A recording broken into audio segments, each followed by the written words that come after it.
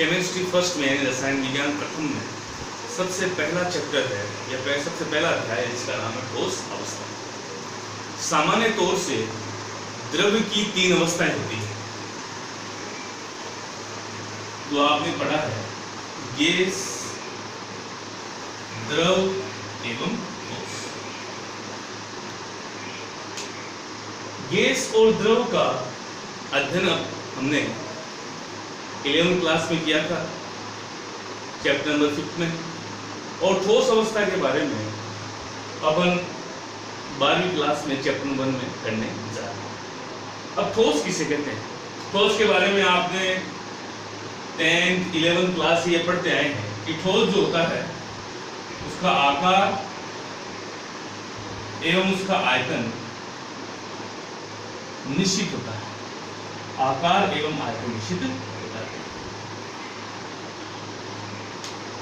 पहले विद्यार्थियों, आकार और आयतन निश्चित होने के पीछे क्या कारण है, उन्हीं कारणों से ये चैप्टर बना।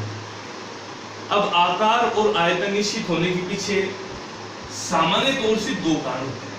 एक तो ठोसों के अंदर जो अंतराण्विक दूरी होती है वो क्या होती है? नगण्य होती है। कैसे? अगर एक ठोस के आंतरिक संरचना की बात करें तो आप देखेंगे ठोस के जो कण हैं उनके बीच में आपको नगण्य गैप जो है, या 2 ठोस के कणों के बीच आपको जो नगण्य दूरी मिलेगी। अब दूरी अगर नगण्य है, इसका मतलब अगर 2 पार्टिकल्स, 2 अवयवी कण एक दूसरे के साथ में कम दूरी पर स्थित है, इसका मतलब उनमें आकर्षण भी सबसे ज्यादा होगा। तो सेकंड है अंतर आणविक आकर्षण बल सर्वाधिक होता है। अंतर आणविक आकर्षण बल क्या होता है? सर्वाधिक होता है। तो ये 2 मेन जो कारण हैं, उन्हीं कारणों की वजह से अपन इस परिभाषा को बार बार लिखते हैं, बार बार पढ़ा है कि आकार या आयतन क्या होता है? निश्चित होता है, जिसमें अंतराण्विक दूरी नगण्य पाई जाती है और अंतर आणविक आकर्षण बल सर्वाधिक होता है। अब हम बात करेंगे कि जो ठोस है उसकी प्रॉपर्टी, उसके कैरेक्टर, उसके लक्षण क्या क्या होते हैं। तो बात करें ठोस के लक्षण क्या है, तो सबसे पहला, ठोस जो है, ठोसों में सामान्यतः एक नियमित व्यवस्था पाई जाती है। ठोसों में सामान्यतः एक नियमित व्यवस्था पाई जाती है। जैसे एग्जाम्पल के तौर से आप देखेंगे,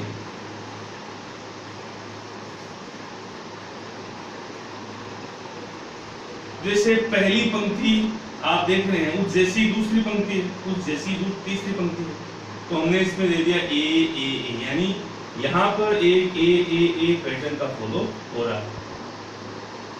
एक और एग्जाम्पल,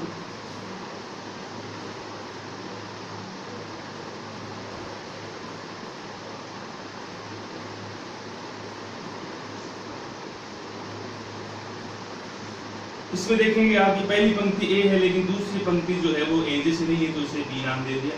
तीसरी पंक्ति ए जैसी, तो वापस ए जैसी। फिर 4th जो पंक्ति है वो बी जैसी है, तो इसमें बी नाम दे दिया। इसका मतलब इसमें ए बी पैटर्न का फॉलो हो रहा है। तो हम कह सकते हैं कि ठोसों में सामान्यतः एक नियमित व्यवस्था पाई जाती है। सेकेंड,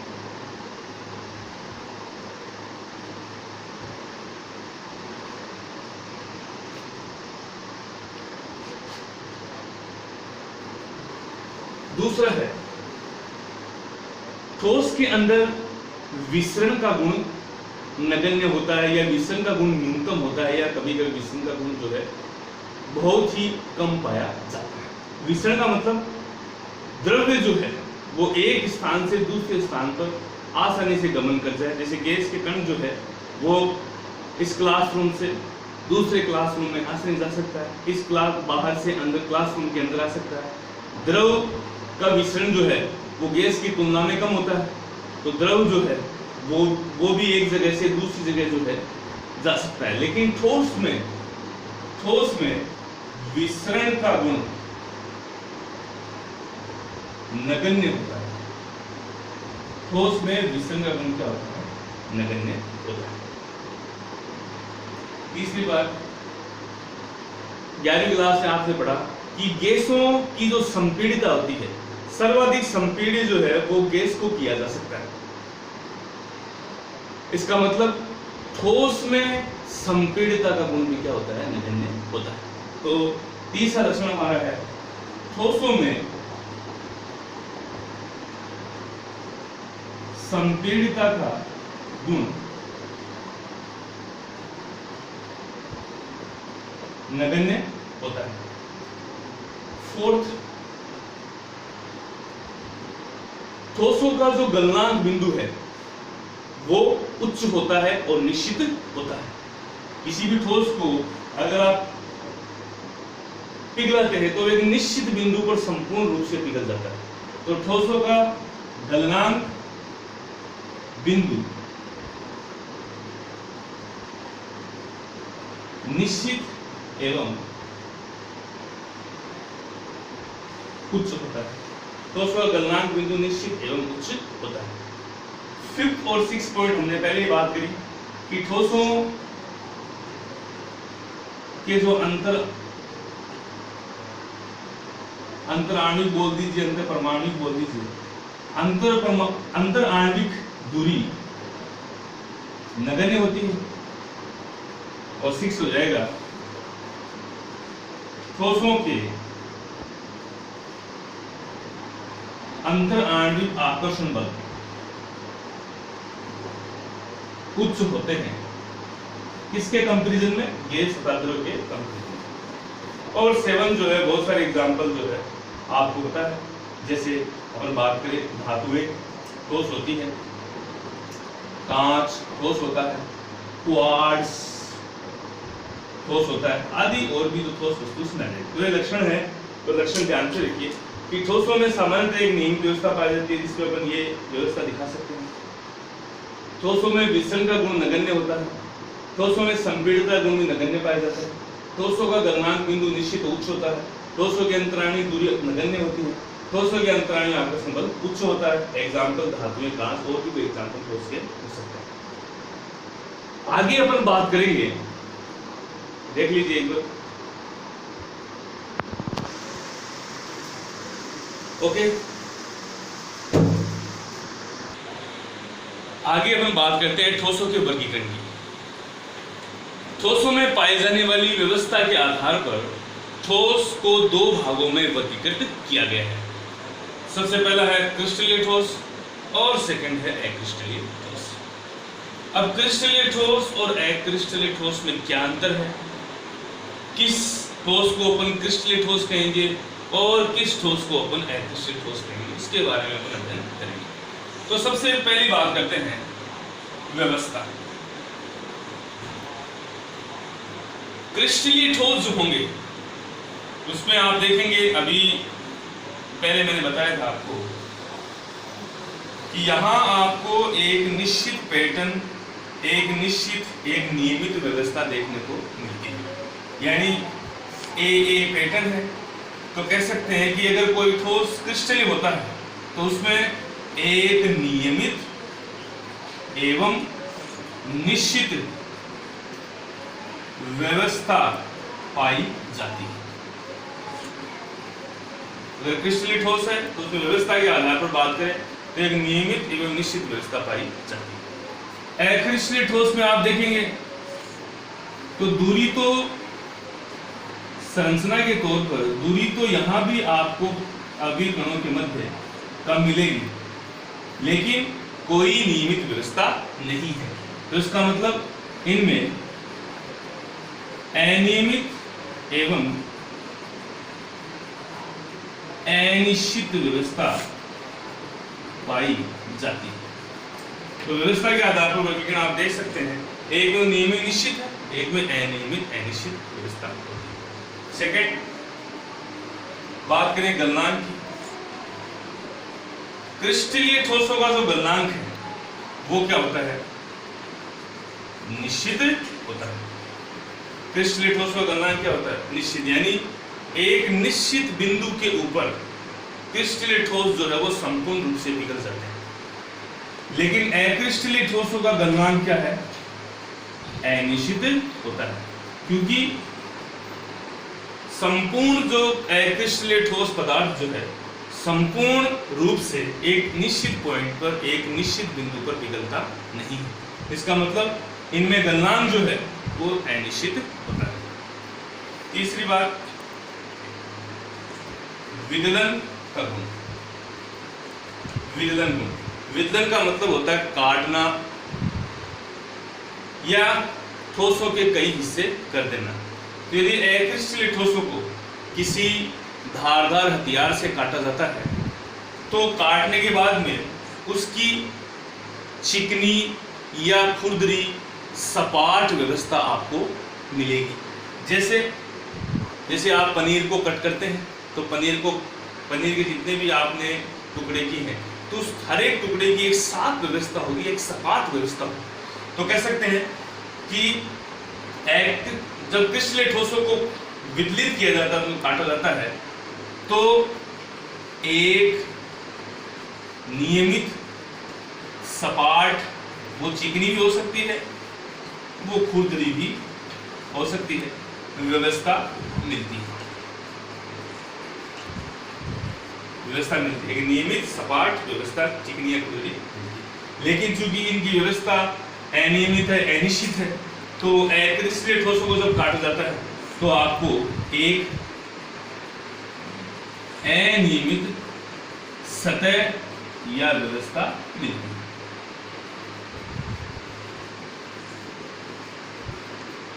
या व्यवस्था प्राप्त होती है।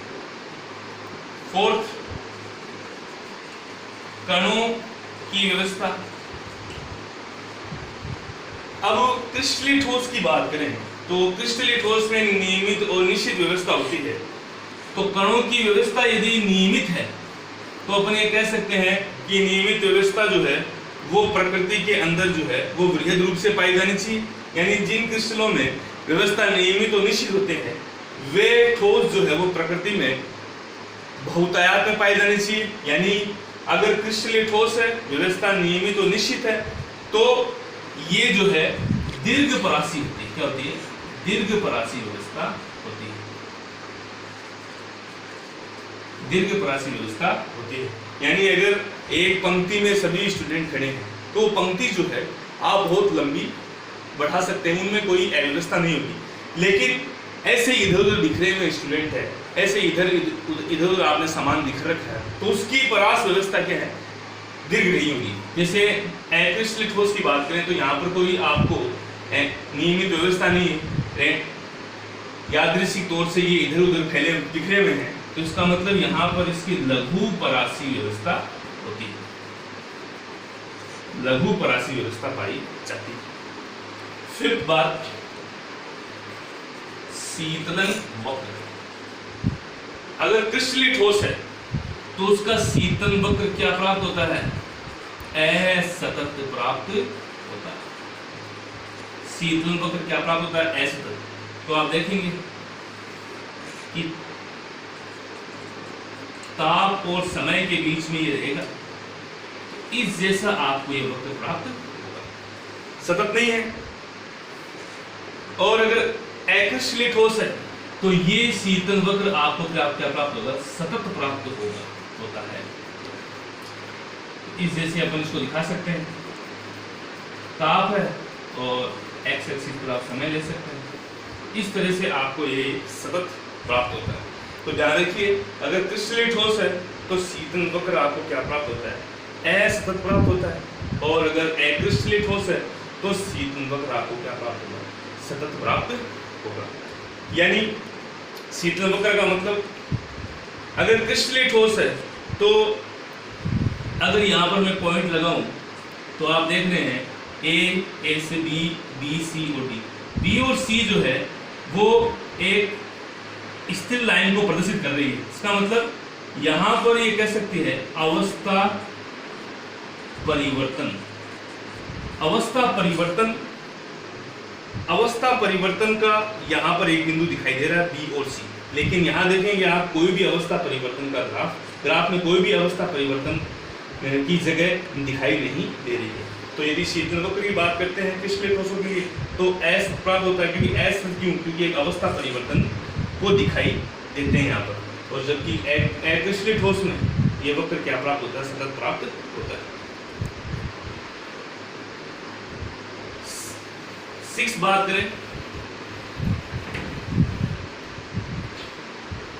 तो वो है प्रकृति। जो क्रिस्टलीय ठोस होगा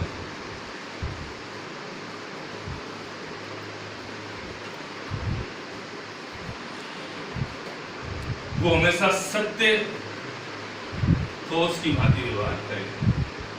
ये सत्य कह सकते हैं, वास्तविक कह सकते हैं, ये वास्तविक ठोस होंगे जिसमें ठोस के सारे गुण पाए जाते हैं। और अक्रिस्टलीय ठोस होते हैं वो क्या होते हैं, आभासी ठोस होते हैं, या इन्हें अपन जो है एक नाम और अतिशीतित द्रव भी कहते हैं। अतिशीतित द्रव भी कहते हैं। अतिशीतित द्रव का क्या मतलब है? अतिशीतित द्रव का मतलब देखिए, पुराने जो घर है, इमारतें हैं, बिल्डिंग्स हैं, उनकी खिड़कियों में जो कांच होते हैं वो जब लगाए थे तब ऊपर और नीचे यानी टॉप या बॉटम में इनकी मोटाई क्या थी, सेम थी। यानी जब लगाए थे तब कांच की जो मोटाई है वो क्या थी, सेम थी या बराबर थी। लेकिन बहुत समय गुजर जाने के पश्चात कांच की जो मोटाई है वो ऊपर से तो हो जाती है पतली और नीचे से क्या हो जाती है, मोटी हो जाती है। ऊपर से क्या हो जाती है, पतली, और नीचे से क्या हो जाती है, मोटी हो जाती है। इसका मतलब ऐसा हुआ होगा कि जैसे कांच जो है वो ऊपर से नीचे जो है इसका प्रवाह हुआ होगा, जैसे द्रव जो है वो ऊपर से नीचे की तरफ प्रवाह करता है, वैसे ही कांच जो है, खिड़कियों में लगे कांच जो है वो ऊपर से नीचे प्रवाहित होता है, जिससे ऊपर से वो पतला हो जाता है, नीचे से क्या हो जाता है, मोटा हो जाता है। इसीलिए अक्रिस्टलीय ठोस को क्या कहते हैं, अतिशीतित द्रव। तो आप देखेंगे इसमें एक पॉइंट आया है द्रव का नाम लिखा हमने, यानी इसमें द्रव का गुण होता है, और द्रव का गुण कौन सा होता है, प्रवाह का गुण। इसी कारण कांच जो है वो खिड़कियों में लगे कांच जो है कुछ समय पश्चात जो है ऊपर से पतले और नीचे से क्या हो जाते हैं, मोटे हो जाते हैं। इसीलिए अक्रिस्टलीय ठोसों को अतिशीतित द्रव कहा जाता है। बार बार एग्जाम में क्वेश्चन पूछा जाता है कि कांच को अतिशीतित द्रव क्यों कहा जाता है, तो ध्यान रखिए। अंतिम है उदाहरण। तो क्रिस्टलीय ठोसों के उदाहरण लिख सकते हैं आप। समस्त धातुएं जो है वो क्रिस्टलीय ठोस होती हैं। क्वार्ट्ज भी क्या होता है, क्रिस्टलीय ठोस होता है, आप लिख सकते हैं। अक्रिस्टलीय ठोस के उदाहरण आप लिख सकते हैं सामान्यतः अधात्विक ठोस और रबर, प्लास्टिक, कांच आदि। एक प्रॉपर्टी और है वो भी देख लेते हैं। एक गुण और देखिए आप, वो है देशिकता का गुण। तो बात करते हैं अपन नेक्स्ट गुण इसमें, देशिकता। ध्यान में रखिए, क्रिस्टलीय ठोस जो होते हैं वो क्या होते हैं, विषम देशिक होते हैं। विषम देशिक होते हैं। अक्रिस्टलीय ठोस जो होते हैं वो क्या होते हैं, समदेशिक होते हैं। यहाँ विषम देशिक से क्या मतलब है, विषम का मतलब भिन्न भिन्न और देशी का मतलब भिन्न भिन्न दिशा। तो ये भिन्न भिन्न क्या, भिन्न भिन्न है क्या, भौतिक गुण। तो क्रिस्टलीय ठोसों के जो भौतिक गुण होते हैं, जैसे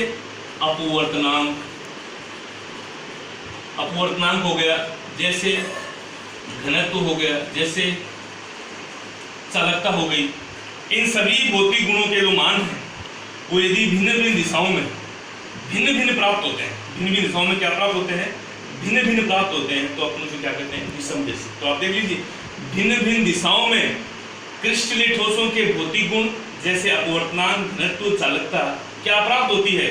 भिन्न भिन्न प्राप्त होती है, तो उसको क्या कहते हैं? विषमदेशी गुण कहते हैं। समदेशी का मतलब देखिए यहाँ क्या लगा? समान। मान क्या प्राप्त होता है? समान। और देशी का मतलब क्या है? भिन्न भिन्न दिशा। देशी का मतलब क्या है? भिन्न भिन्न दिशा। तो यदि भौतिक गुण जो है जैसे अपवर्तनांक, घनत्व, चालकता, इनका मान क्या प्राप्त होता है? समान प्राप्त होता है भिन्न भिन्न दिशाओं में, तो उसे क्या कहते हैं? समदेशिक कहते हैं। यहाँ कॉमन क्या है? भिन्न भिन्न दिशा। और सम का मतलब अगर समदेशिक पढ़ रहे हैं तो भौतिक गुण का मान क्या आना चाहिए? भिन्न भिन्न दिशाओं में समान आना चाहिए। और अगर अपन विषमदेशिक पढ़ रहे हैं तो भौतिक गुणों का मान भिन्न भिन्न दिशाओं में क्या प्राप्त होता है? भिन्न भिन्न प्राप्त होता है। तो ये सभी जो है वो क्रिस्टलीय और अक्रिस्टलीय ठोसों का क्या है? अंतर है। आगे क्लास में अपन बात करेंगे क्रिस्टलीय ठोसों का वर्गीकरण। इसे आप अपनी बुक से रिवाइज कर सकते हैं और रोज जब भी क्लास का टाइम आए तो बराबर क्लास में। धन्यवाद।